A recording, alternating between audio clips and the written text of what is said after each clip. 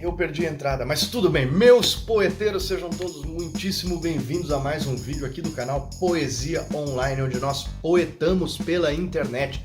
E hoje eu trouxe um vídeo um pouquinho diferente, um vídeo mais de discussão. Obviamente que eu estou aberto a ler as críticas e os comentários de vocês, mas eu achei que seria interessante porque eu recebi algumas perguntas sobre isso lá no Instagram. Então, se você ainda não me segue, o link está na descrição. Link não, né? O arroba ali do Instagram está aí na descrição para você me seguir lá e fazer perguntas como você quiser. E quem sabe eu responda num vídeo como este.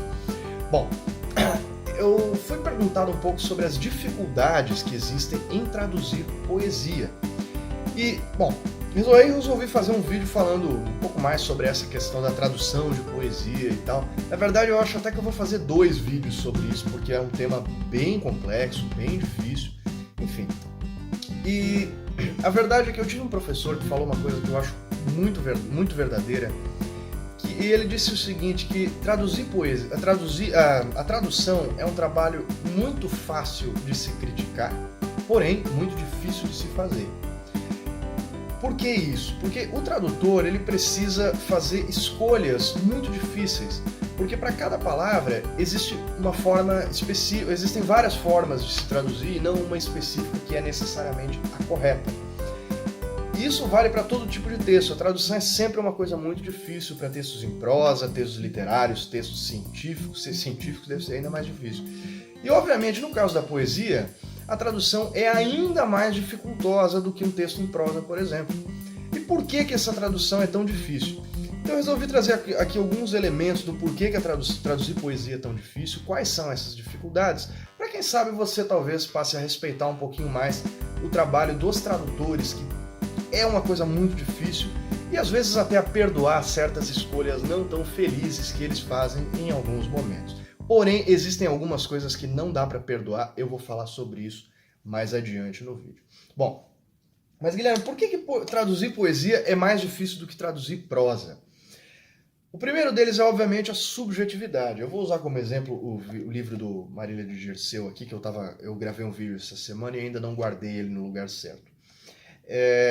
Vamos pegar aqui um verso aleatório do livro Marília de Dirceu, do Tomás Antônio Gonzaga. Né? Aqui, ó. Ornemos nossas testas com as flores. Peguei um verso aleatório aqui do livro. Ornemos nossas testas com as flores. Aí imagina você... Ornemos nossas testas com as flores. Ornemos nossas testas com as flores. É decassílabo porque ele faz a dialefa ali.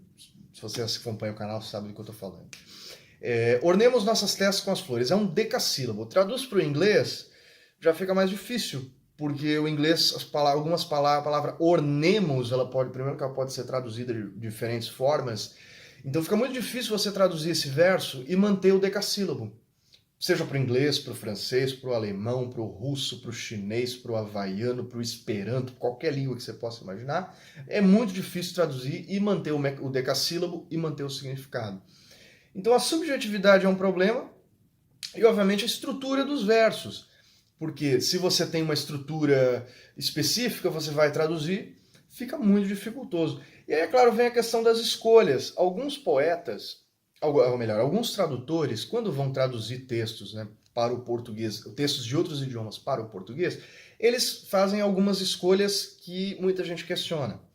Então, por exemplo, alguns tradutores, se eu não me engano, Haroldo de Campos fez isso com os textos clássicos da Odisseia e acho que da Ilíada também, em que ele traduziu somente o significado do verso, ele não traduziu a estrutura.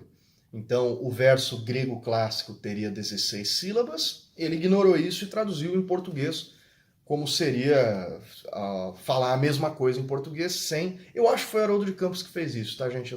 Eu vou me corrigir depois, talvez. Ele traduziu somente o significado do verso, não traduziu a estrutura. É algo interessante, claro. Mantém o significado, porém perde muito da estrutura original.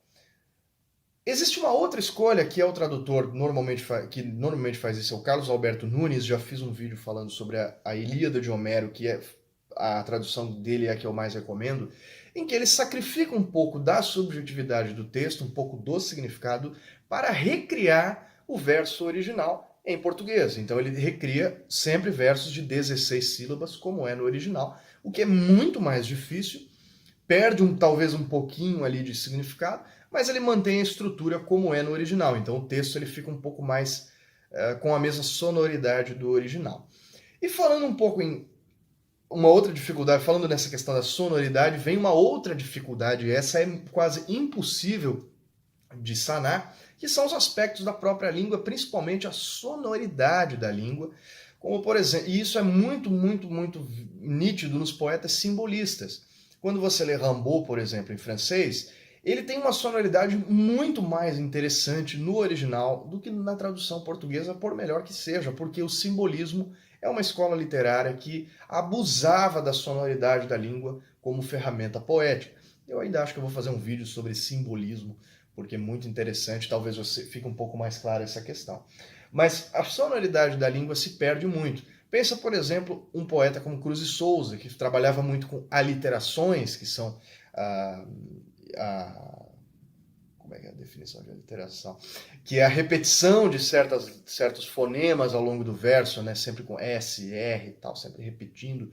E você traduzir isso em uma língua onde o S e o R não são tão proeminentes, fica uma coisa um pouco... perde muito da riqueza do original e às vezes não é possível trazer essa riqueza do original para uma outra língua.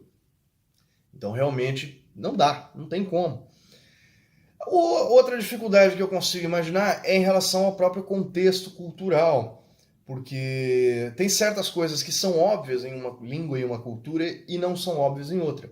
Eu lembro, por exemplo, de um texto chinês, na verdade é um texto filosófico, mas é escrito em verso, que é o texto do Lao Tzu, que se chama Dao De Jing. Talvez eu faça um vídeo sobre ele também. E ele tem um termo que ele usa chamado Wu Wei, que não é assim que pronuncia, claro, obviamente, porque eu não falo chinês. Se traduz como o caminho, mas não é exatamente caminho a tradução correta, porque a palavra não tem tradução para o português. Então fica muito dificultoso traduzir esse tipo de texto em língua portuguesa, ou mesmo traduzir do português. Como é que você vai traduzir saudade para o inglês? É muito difícil. Então essa é uma dificuldade realmente muito grande que os tradutores têm. Então, obviamente, tendo em vista, tem outras dificuldades. Claro, eu não sou tradutor profissional, então tem coisa que nem eu sei, mas eu espero que isso, entenda que você tenha compreendido um pouco melhor sobre essas dificuldades de se traduzir poesia e, obviamente, que você passe a respeitar um pouquinho mais o trabalho dos tradutores, porque tem trabalhos maravilhosos. O Trajano Vieira é um ótimo tradutor, o Carlos Alberto Nunes é um ótimo tradutor, o Haroldo de Campos é um ótimo tradutor, apesar de eu não gostar muito de algumas escolhas que ele faz, é um ótimo tradutor também. Então respeitem um pouquinho mais, entendam que tem coisas que não dá para traduzir. Se você puder ler o texto no original, leia, ótimo. Se você fala francês, se você fala inglês, se você fala alemão, se você fala chinês, leia o texto no original. Vale muito a pena, é ótimo. Mas a não ser que você queira aprender todas as línguas do mundo, você não vai conseguir ler todos os textos poéticos do mundo aprendendo as línguas. Você não vai conseguir fazer isso, ninguém consegue. Então você em algum momento vai ter que depender de traduções. Eu acho que é melhor você ler um texto bem traduzido do que você simplesmente não ler aquele texto, porque você acaba perdendo o contato com aquela obra que pode ser muito interessante. Espero que tenha ficado um pouco mais claro sobre o que é essa questão. Sim, tem mais uma coisa que eu queria falar que eu esqueci. Peraí que me fugiu agora. Sim, existem alguns tradutores que são pilantras e editoras pilantras que estão fazendo, e fazem isso há muitos anos, que é fazer tradução de tradução. O que é isso? A tradução de tradução é quando você tem um texto, por exemplo, vamos pensar... Aliás, a Bíblia é um ótimo exemplo disso. A Bíblia foi escrita em grego, hebraico e aramaico. Mas é muito difícil achar pessoas que falem hebraico, aramaico e grego antigo. Então o que eles fazem? Eles pegam traduções do francês, ou traduções do inglês, a Bíblia King James, por exemplo, e traduzem isso para o português. Isso é pilantragem. E eles fazem isso com vários textos. Tem texto de Baudelaire, traduzido do inglês, o que é ridículo.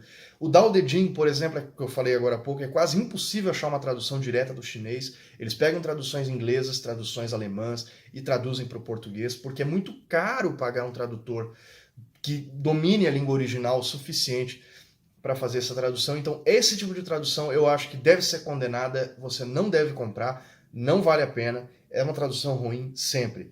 E esse tipo de tradução eu acredito que deve sim ser condenado, e a editora que publica esse tipo de coisa, na minha opinião, não merece o meu dinheiro e nem o seu.